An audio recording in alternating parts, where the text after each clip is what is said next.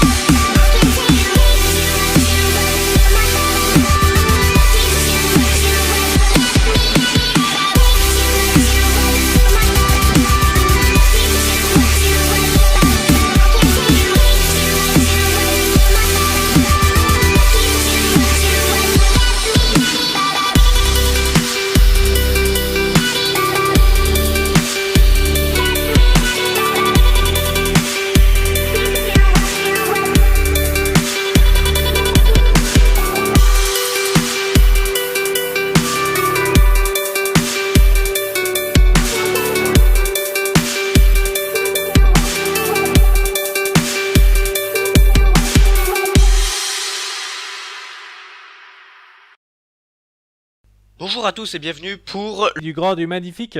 premier Coding Challenge. Comme vous l'avez vu dans le timelapse, il consistait à programmer un interpréteur d'un langage inventé de toutes pièces.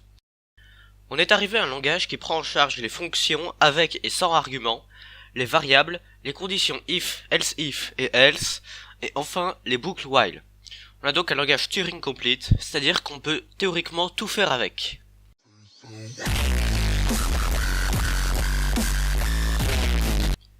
La syntaxe du langage se présente ainsi.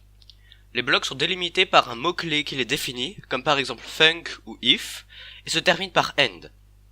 Les variables fonctionnent comme en Python, c'est-à-dire qu'il n'y a pas de mot-clé pour les définir. Par exemple, pour créer une variable qui s'appelle SLT, on doit juste faire par exemple SLT égale 0.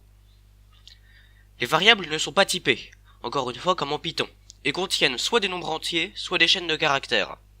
Le type bool est représenté par les valeurs numériques 0 et 1, comme on le faisait en C. Maintenant que vous voyez à peu près en quoi consiste le langage, passons à l'étape la plus intéressante, l'explication du code de l'interpréteur.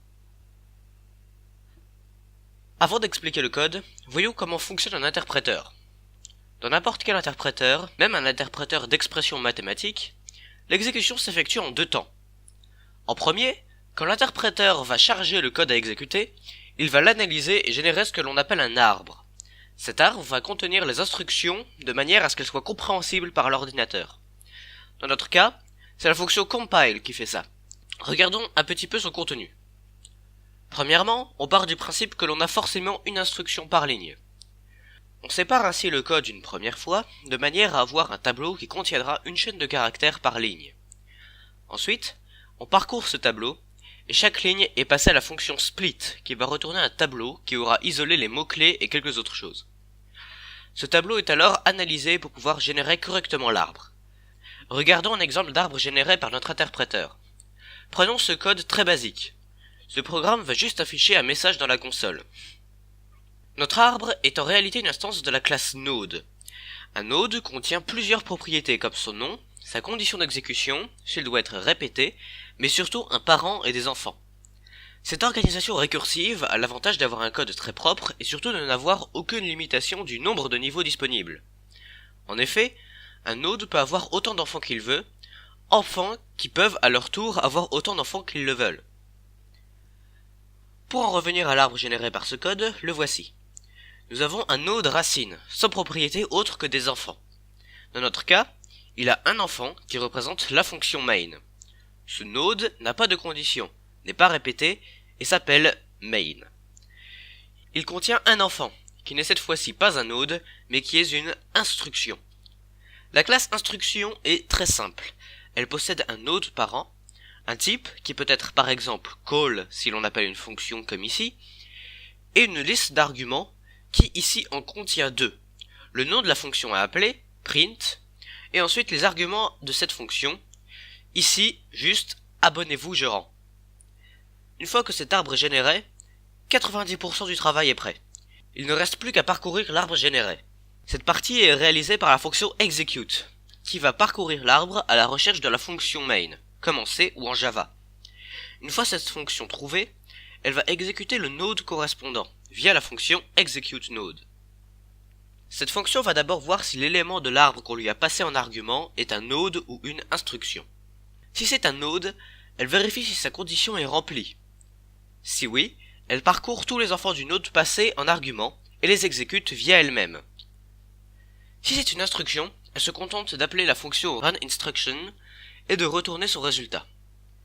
La fonction runInstruction, elle, se contente de tester le type de l'instruction passée en argument et de l'exécuter. On va terminer la vidéo par une petite démonstration de l'interpréteur avec ce code.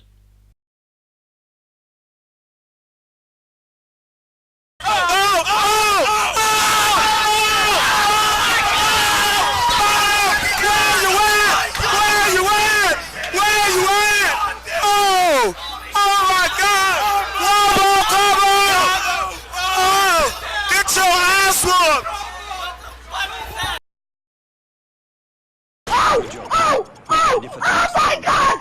Oh! Are they not recording? Are you recording, Trickshaw?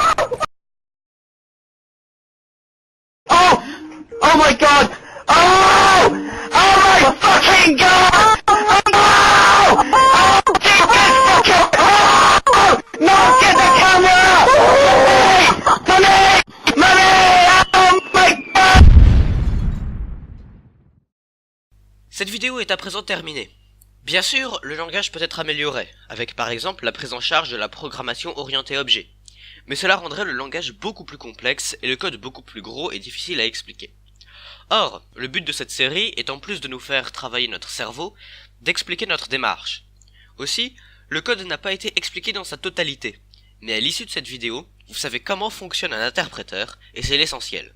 Vous pourrez d'ailleurs retrouver le code source sur notre site web, un lien sera donné en description. Sur ce, je vous donne rendez-vous pour une prochaine vidéo.